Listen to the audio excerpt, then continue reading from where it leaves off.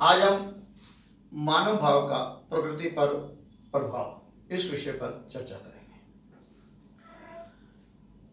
सदियों से मानव हल्के हल्के इशारों में ये बात तो करता है कि जो भी मानव का भाव है, दृढ़ भाव है, संकल्प है, और वो उसके जीवन में प्रकट हो जाता है। अर्थात वो जो चाहता है वो पाने में सक्षम है, मगर वही व्यक्ति विशेष पा सकता है जो दृढ़ संकल्प के साथ होता है।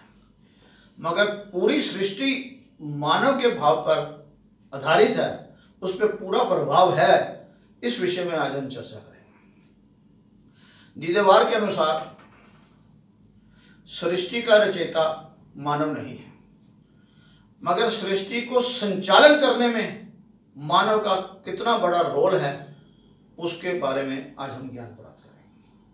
अर्थात मानव के अंदर जो जो भाव आया, सृष्टि ने ये उसे अधिकार दिया है कि मैं उसे पूरा करने के लिए सहयोग दूंगी, और उस सहयोग का रास्ता जो है तेरे भीतर, जो तू मानव है, तूने स्वयं मन का विकास करा है, उस मन के विकास के द्वारा मन में इतनी शक्ति है कि तेरी हर इच्छा और चाहत को पूरी कर सकता है। मगर तेरी इच्छा और चाहत 100 डिग्री की होनी चाहिए। जिस प्रकार पानी को हमने 90 डिग्री 90 बार करा है तो भाप नहीं बनता, एक ही बार अगर 100 डिग्री करें तो भाप बन जाता है। और जैसे जैसे मानव का भाव ऐसा बन जाता है, उस मानव व्यक्ति विशेष के जीवन के अंदर प्रकृति उस प्रभाव में आकर उसके जीवन में वो प्रकट कर देती है।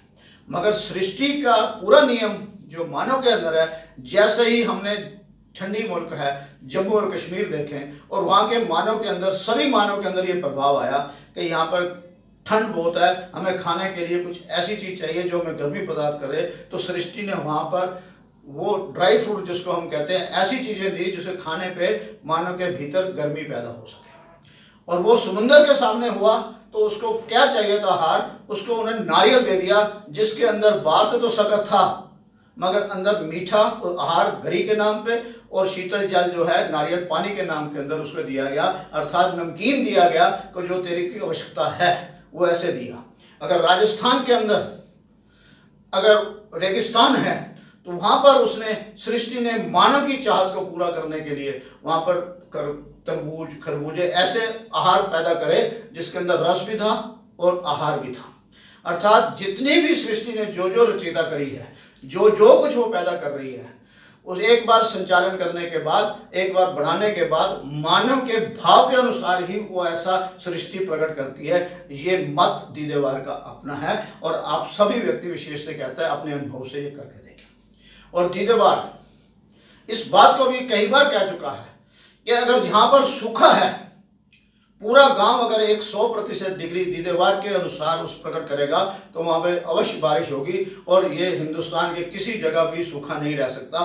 कारण ये है कि मानव का भाव सृष्टि पर प्रभाव डालता है, सृष्टि उसको करने में बाध्य हो जाती है। अर्थात मानव अपनी हर जरूरत को पूरी करने में सक्षम होता है।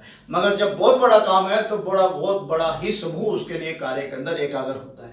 जैसे वर्तमान सृष्टि के अंदर सभी मानव जो है, इस बीमारी जिसको है हम दूर कर रहे हैं, सबका भाव एक है, तो ये निश्चित रूप से खासकर हिंदुस्तान के लोगों के ऊपर ये घातक सिद्ध नहीं हुई। और दीदेवार को पूर्ण रूप से यकीन है कि ये बहुत जल्दी हम इससे समस्या का समाधान करके इससे अपने कार्य के अंदर निपुण होकर वैसे ही जीवन जिएंगे, और ये हमारे लिए किसी प्रकार की बाधा नहीं बनेगी।